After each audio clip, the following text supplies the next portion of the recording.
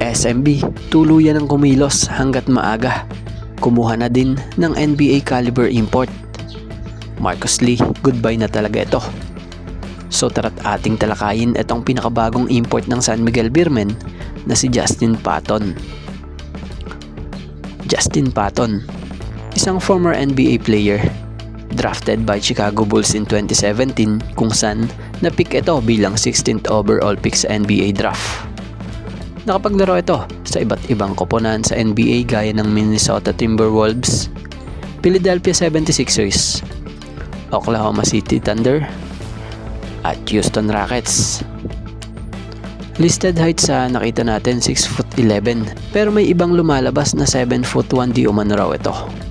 Well, 6'11" or 7'1" man yan, ang mahalaga dito yung laro talaga na kayang ipamalas nito.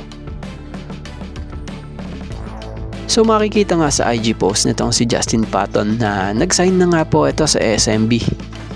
So batay pa nga po sa report, sa pagkakaintindi natin, hindi pa nga rin kumbinsido ang San Miguel Beermen sa pinakakikitang laro nitong si Marcus Lee, kahit pa nakatulong ito sa unang panalo ng SMB. Kaya naman, napagdesisyon na ng San Miguel Beermen na kumuha ng standby import. At ito nga yun, ang former NBA big man na si Justin Patton.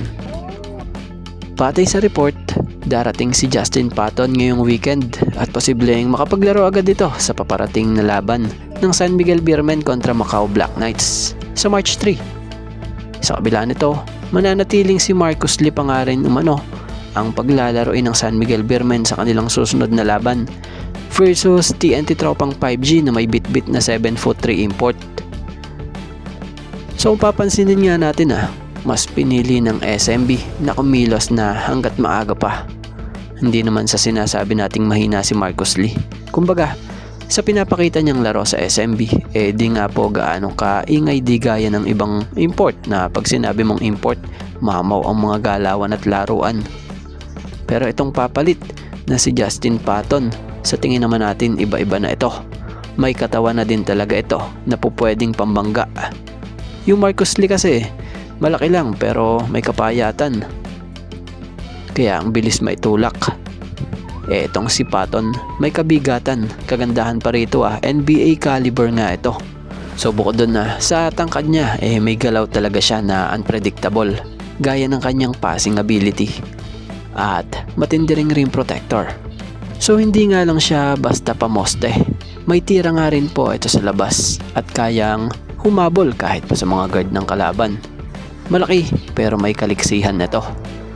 So tingnan natin kung ito na nga ba ang magiging solusyon sa kakulangan ng SMB pagdating sa import.